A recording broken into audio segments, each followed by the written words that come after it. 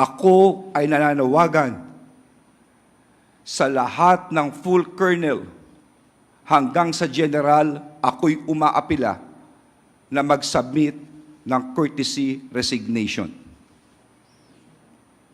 Alam kong mabibigla kayo, pero this is the only way to make a fresh start. Linawin ko lang po, lahat po ng colonel, lahat ng generals, even though not involved, pinagsusumite niyo po ng courtesy resignation? Yes, all full colonel to generals. We are appealing. The word is appeal. I am appealing for them to submit a courtesy resignation. Gentlemen, our SILG will now deliver his press statement.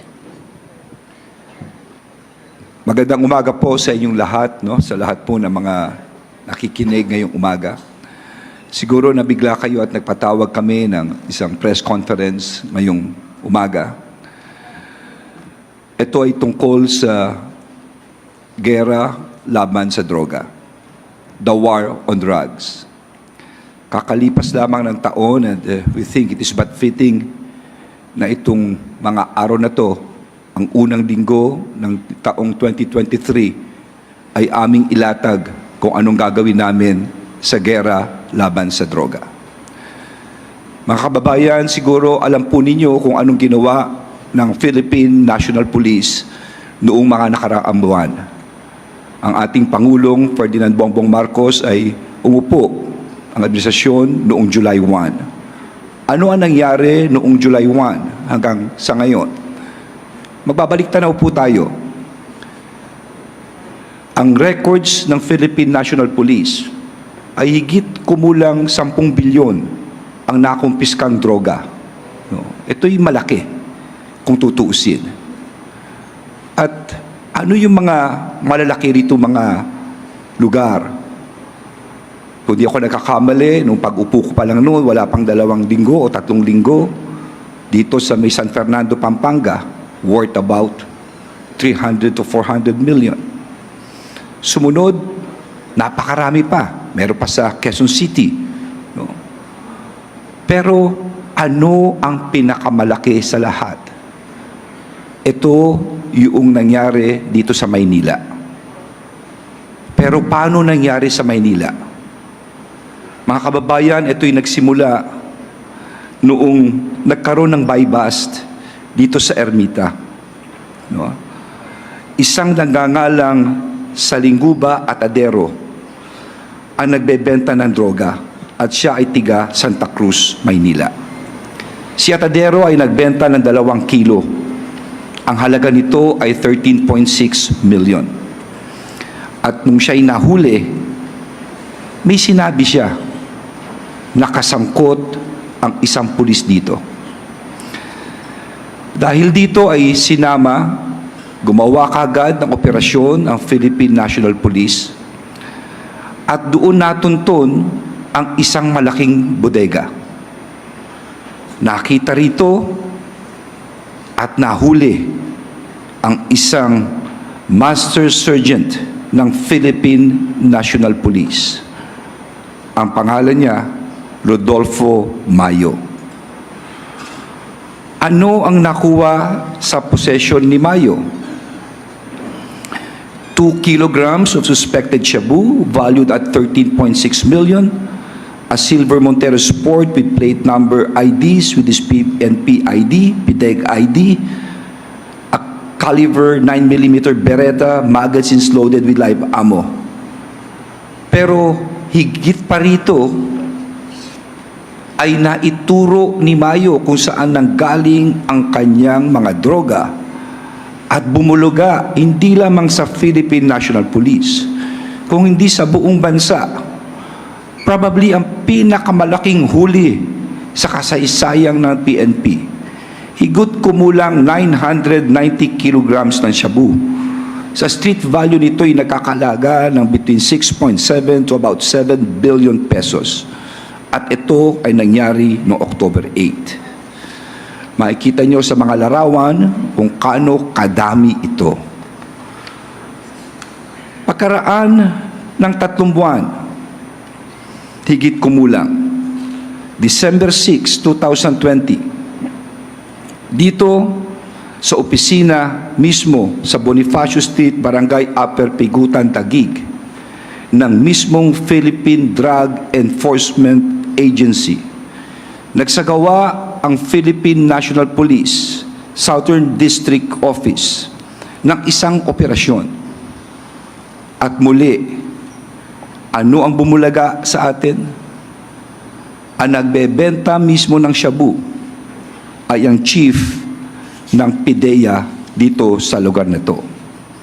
Ang pangalan niya, Enrique Lucero Gumba, ang chief ng PIDEA sa Southern District Office, Anthony Albastro Alcazar, Agent Jaire Laguno, Mark Warren Malyo.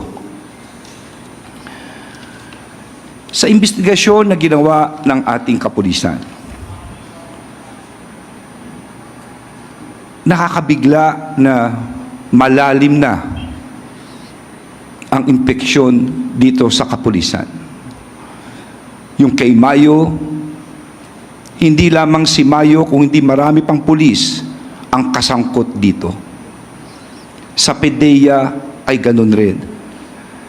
Ano ang sinasabi ko, mga kababayan? Mahirap lumaban sa gera na ultimo ang kakampi mo ang babarel sa likod mo. Kinakailangan linisin natin ang hanay natin. Kailangan ang tiwala ng taong bayan ay lalo magtiwala sa atin kung tayo'y makakatagumpay. Tandaan po ninyo, from the issue ng tiwala, we have these moral obligations sa ating mga kababayan na maski anong bahi tungkol sa droga ay wala tayo para tayo maging epektibo. Bakit ko sinasabi ito? Pagkatapos namin pag-aralan ng ilang buwan ang problema natin,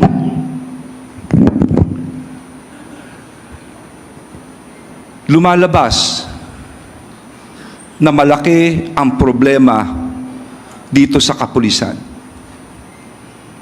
Lumalabas na merong mga general, merong mga koronel na sangkot sa droga. At ayon sa rekomendasyon ng Chief PNP at ng ilang kapulisan, ako ay nananawagan sa lahat ng full colonel hanggang sa general, ako'y umaapila na mag-submit ng courtesy resignation. Alam kong mabibigla kayo, pero this is the only way to make a fresh start. Maraming bansa ang lumaban sa droga. Mas mayayaman sa atin, pero nagkalat ang droga sa kanila. Ito'y hindi laban ng mga mayayaman na bansa. Ito'y laban ng puso ng bawat isa.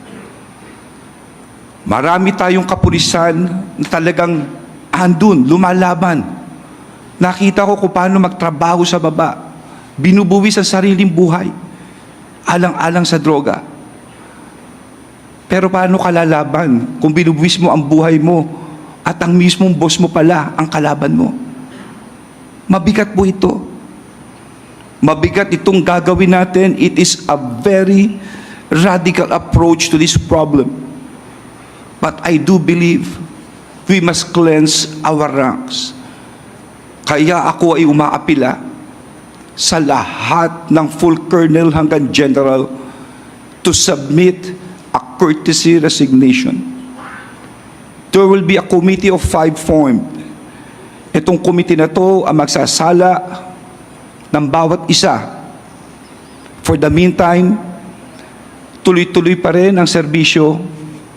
At huwag sila mag-alala, kung sila'y malinis, wala namang problema. Maayos naman ito, iilan lang naman ito. Maniwala kayo, iilan lang to. Pero nasa posisyon silang kritikal. Sana maunawaan po ng taong bayan kung saan ako nanggagaling. Ito lang po ang masasabi ko sa inyo. Iba ang pera ng droga. Iba ang hawak nila. Nakakatakot po itong mga taong ito. Pero huwag kayong maalala. Kung lahat tayo matatakot, walang mangyayari sa atin. Lalabanan natin ito kung sama-sama tayo. At tandaan nyo ito, para sa kasamaan magtagumpay, mananahimik ang lahat ng mga babait na tao. For evil to triumph, it is for all men to do nothing. At hindi tayo papayag dito. Lalabanan natin ito. Mga kasama, itong laban na to ay hindi para sa atin ito. Para sa ating anak, sa ating bansa, sa ating kinabukasan. Sana matulungan nyo kami rito. This is a very radical approach. Pero alam ko, magtatagumpay tayo.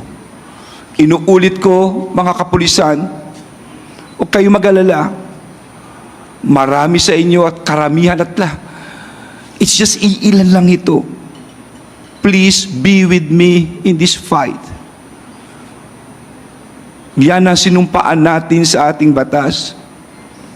When we took our oath of office as public officials in accordance with the Constitution, tandaan nyo ito, ang maglingkod sa bayan. Magandang umaga sa inyong lahat.